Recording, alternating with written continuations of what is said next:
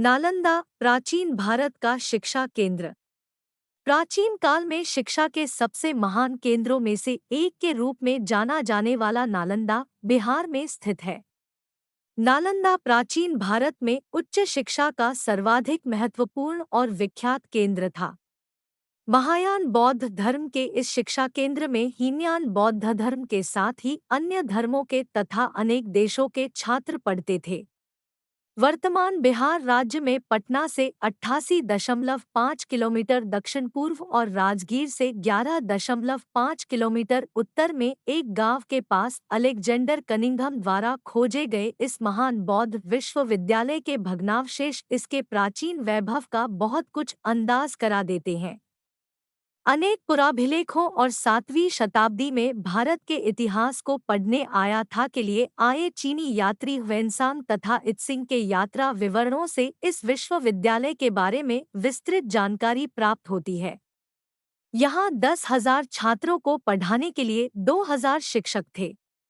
प्रसिद्ध चीनी यात्री ह्वेनसांग ने 7वीं शताब्दी में यहाँ जीवन का महत्वपूर्ण एक वर्ष एक विद्यार्थी और एक शिक्षक के रूप में व्यतीत किया था। प्रसिद्ध बौद्ध सारिपुत्र का जन्म यहीं पर हुआ था। शिक्षा के इस प्राचीन स्थल की स्थापना 5वीं शताब्दी ईस्वी में की गई थी। इस विश्वविद्यालय की स्थापना का श्रेय गुप्त शासक कुमारगुप्त प्रथम 450 से 470 को प्राप्त है।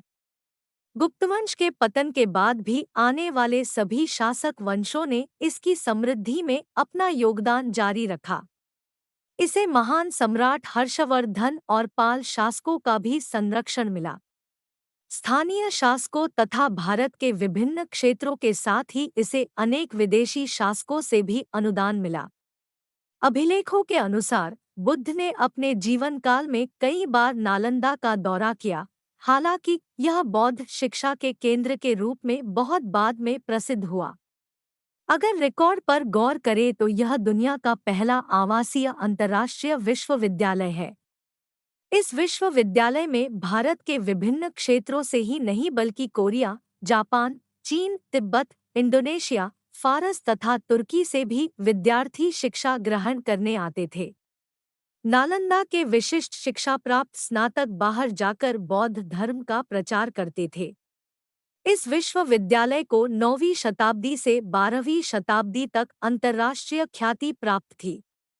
अत्यंत सुनियोजित ढंग से और विस्तृत क्षेत्र में बना हुआ यह विश्वविद्यालय स्थापत्य कला का अद्भुत नमूना था। इसका पूरा परिसर एक विशाल दीवार से घिरा हुआ था जिसमें प्रवेश के लिए एक मुख्य द्वार था। उत्तर से दक्षिण की ओर मठों की कतार थी और उनके सामने अनेक भव्य स्तूप और मंदिर थे। मंदिरों में बुद्ध भगवान की सुंदर मूर्तियां स्थापित थी। केंद्रीय विद्यालय में 7 बड़े कक्ष थे और इसके अलावा 300 अन्य कमरे थे। इनमें व्याख्यान हुआ करते थे। अभी तक खुदाई में 13 मठ मिले हैं। वैसे इससे भी अधिक मठों के होने ही संभावना है। मठ एक से अधिक मंजिल के होते थे। कमरे में सोने के लिए पत्थर की चौकी होती थी। दीपक, पुस्तक इत्यादि रखने के लिए आले बने हुए थे। प्रत्येक मठ के आंगन में एक कुआं बना था। 8 विशाल भवन, 10 मंदिर, अनेक प्रार्थना कक्ष तथा अध्ययन कक्ष के अलावा इस परिसर में सुंदर बगीचे तथा झीलें भी थी। समस्त विश्वविद्यालय का प्रबंध कुलपति या प्रमुख आचार्य करते थे जो भिक्षुओं द्वारा निर्वाचित होते थे। कुलपति 2 परामर्शदात्री समितियों के परामर्श से सारा प्रबंध करते थे। प्रथम समिति शिक्षा तथा पाठ्यक्रम संबंधी कार्य देखती थी और द्वितीय समिति सारे विश्वविद्यालय की आर्थिक व्यवस्था तथा प्रशासन की देखभाल करती थी। विश्वविद्यालय को दान में मिले 200 गांवों से प्राप्त उपज और आय की देखरेख यही समिति करती थी। इसी से सहस्त्रों विद्यार्थियों के भोजन, कपड़े तथा आवास का प्रबंध होता था। इस विश्वविद्यालय में 3 श्रेणियों के आचार्य थे जो अपनी योग्यतानुसार प्रथम, द्वितीय और तृतीय श्रेणी में आते थे। नालंदा के प्रसिद्ध आचार्यों में शीलभद्र, धर्मपाल, चंद्रपाल, गुणमती और स्थिरमती प्रमुख थे। 7वीं सदी में ह्वेनसांग के समय इस विश्वविद्यालय के प्रमुख शीलभद्र थे, जो एक महान आचार्य, शिक्षक और विद्वान थे। प्रवेश परीक्षा अत्यंत कठिन होती थी और उसके कारण प्रतिभाशाली विद्यार्थी ही प्रवेश पा सकते थे। उन्हें 3 कठिन परीक्षा स्तरों को उत्तीर्ण करना होता था। यह विश्व का प्रथम ऐसा दृष्टांत है। शुद्ध आचरण और संघ के नियमों का पालन करना अत्यंत आवश्यक था। इस विश्वविद्यालय में आचार्य छात्रों को मौखिक व्याख्यान द्वारा शिक्षा देते थे। इसके अतिरिक्त पुस्तकों की व्याख्या भी होती थी।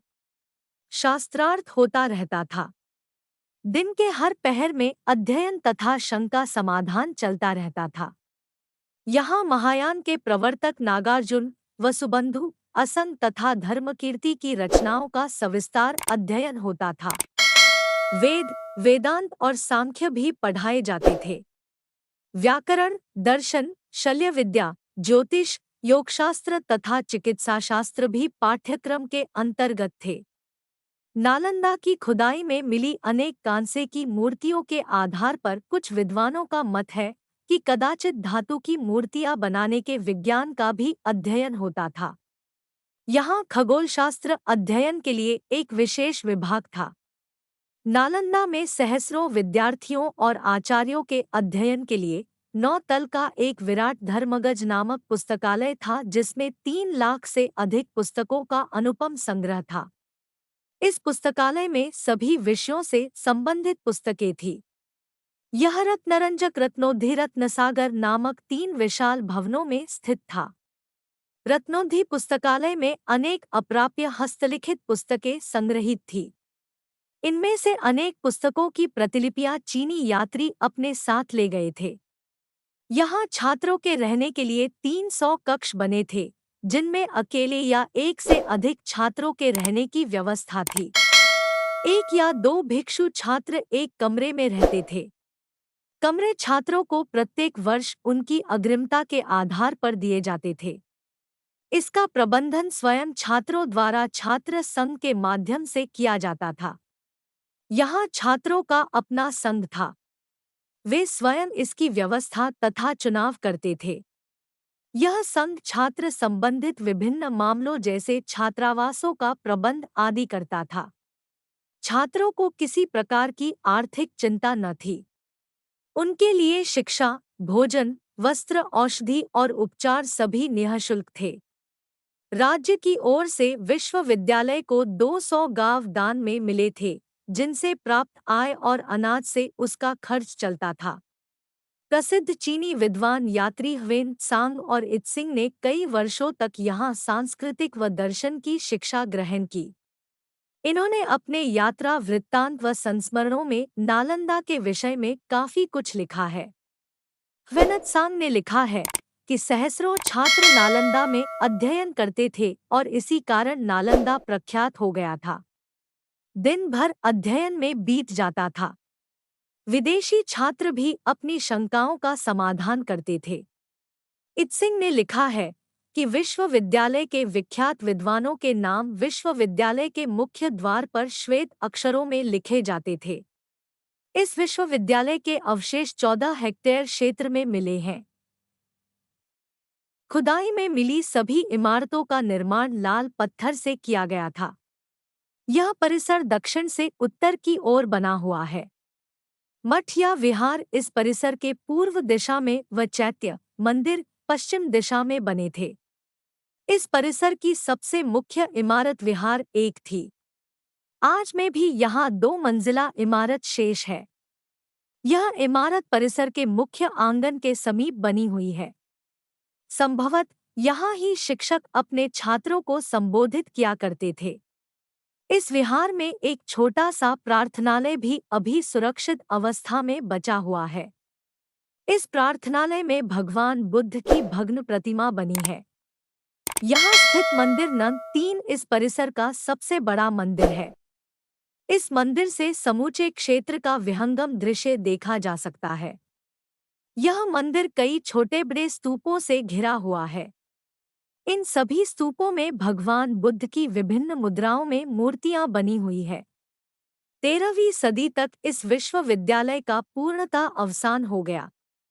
मुस्लिम इतिहासकार मिन्हाज और तिब्बती इतिहासकार तारानाथ के वृत्तांतों से पता चलता है कि इस विश्वविद्यालय को तुर्कों के आक्रमणों से बड़ी क्षति पहुंची। तारानाथ के अनुसार तीर्थिकों और भिक्षुओं के आपसी झगड़ों से भी इस विश्वविद्यालय की गरिमा को भारी नुकसान पहुंचा। इस पर पहला आघात हुन शासक मेहरकुल द्वारा किया गया। 1199 में तुर्क आक्रमणकारी बख्तियार खिलजी ने इसे जलाकर पूर्णतः नष्ट कर दिया। भारतीय पुरातत्व सर्वेक्षण ने नालंदा पुरावशेष प्राचीन स्मारक एवं पुरातात्विक स्थल और पुरावशेष अधिनियम 1958 के तहत संरक्षित स्थल घोषित किया है। इस स्थान की मूल सामग्रियों से ही इसकी मरम्मत कराई गई है। यह पूरा प्रयास किया गया कि मूल रूप न बदले। BNT की खास पेशकश।